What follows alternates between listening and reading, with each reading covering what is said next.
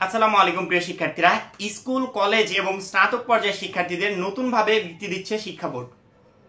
আর এই বৃত্তিটার নাম হচ্ছে বঙ্গবন্ধু ক্রীড়া শিক্ষাবৃত্তি। অর্থাৎ খেলাধুলা বিষয়ক যারা এক্সপার্ট তারা তৈরি থাকো, তোমাদেরকে বৃত্তির আওতাধীন করা হচ্ছে।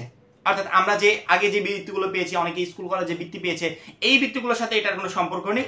এখানে যারা সিলেক্ট হবে তারা এই বৃত্তিটা পাবে। এবং এই বৃত্তি কতজনকে দিবে সেটাও শিক্ষা বোর্ড বলে দিয়েছে। টোটাল 1000 জনকে এই বৃত্তিটা দেওয়া হবে। অর্থাৎ এই বছর থেকে এই কার্যক্রমটা স্টার্ট হচ্ছে।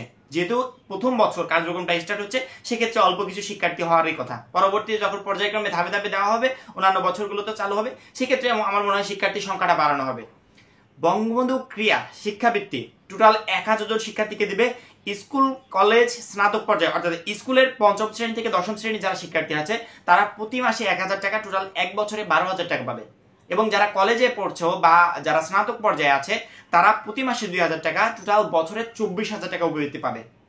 দেখো, আমি এইভাবে বললে হবে না, আমি সরাসরি তোমাদেরকে সেইখানে নিয়ে যেতে চাই যেখানে এই বৃত্তি সম্পর্কে আলোচনা করা হয়েছে। এবং বৃত্তি সম্পর্কে সকল তথ্য আমাদেরকে জানিয়েছে হচ্ছে প্রথম আলোর যে ওয়েব পোর্টাল, সেখানে গেলে আমরা টোটাল তথ্যটা পেয়ে যাবো। তো বেশি কথা না বলে সরাসরি ওইখানে চলে যাবো এবং তোমরা চাইলে নিজেরা গিয়েও দেখতে পারো। তবে আমার মনে হয় আমি যদি একটু নিজে মুখে তোমাদেরকে বলে বুঝিয়ে দিই, সেক্ষেত্রে তোমাদের জন্য বিষয়টা আরো সহজ হবে এবং সেখানে পরিষ্কার বিস্তারিত তথ্য তুলে ধরা হয়েছে। সেই তথ্যগুলো আমরা একটু জেনে নিব। বঙ্গবন্ধু ক্রীড়া শিক্ষাবৃত্তি পাচ্ছে 1000 শিক্ষার্থী। এক্ষেত্রে কৃতিত্ব অর্জনকারী শিক্ষার্থীদের প্রথমবারের মতো বঙ্গবন্ধু ক্রীড়া শিক্ষাবৃত্তি প্রদান করছে সরকার। পঞ্চম থেকে দশম শ্রেণীর শিক্ষার্থীরা বছরে 12,000 টাকা আর একাদশ থেকে স্নাতক পর্যায়ের শিক্ষার্থীরা বছরে 24,000 টাকা পাবেন।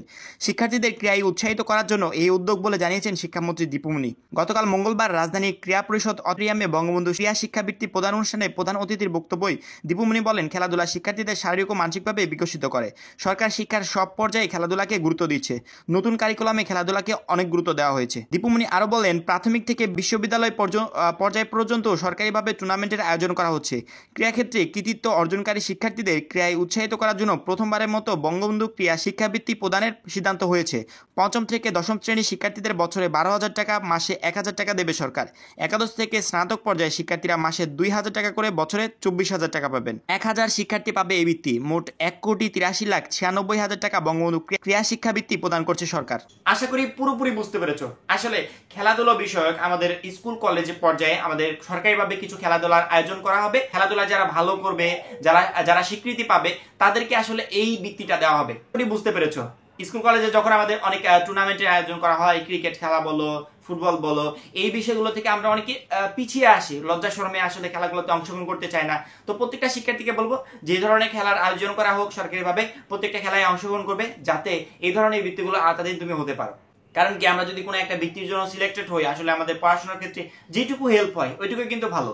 এই জন্য প্রত্যেকটা শিক্ষার্থীকে বলবো যে সরকারিভাবে যখন খেলাধুলার আয়োজনগুলো করে বা টুর্নামেন্টের আয়োজন করে, তখন সেখানে আমরা সবাই, প্রত্যেকটা শিক্ষার্থী, স্কুল হোক বা কলেজ হোক বা স্নাতক পর্যায়ে যারা আছে ইউনিভার্সিটি লেভেলে, প্রত্যেকটা শিক্ষার্থী চেষ্টা করবো এগুলোতে অ্যাটেন্ড করার জন্য, যাতে এই ধরনের বৃত্তিগুলোতে আমরা সিলেক্টেড হতে পারি। সকালবেলা আমার কাছে এই নিউজটা এসেছিল, তোমাদেরকে সাথে সাথে জানিয়ে দিলাম। অবশ্যই পরবর্তী ভিডিওর জন্য চ্যানেলটা সাবস্ক্রাইব করে রাখবে। সবাই ভালো থাকবে, সুস্থ থাকবে। খোদা।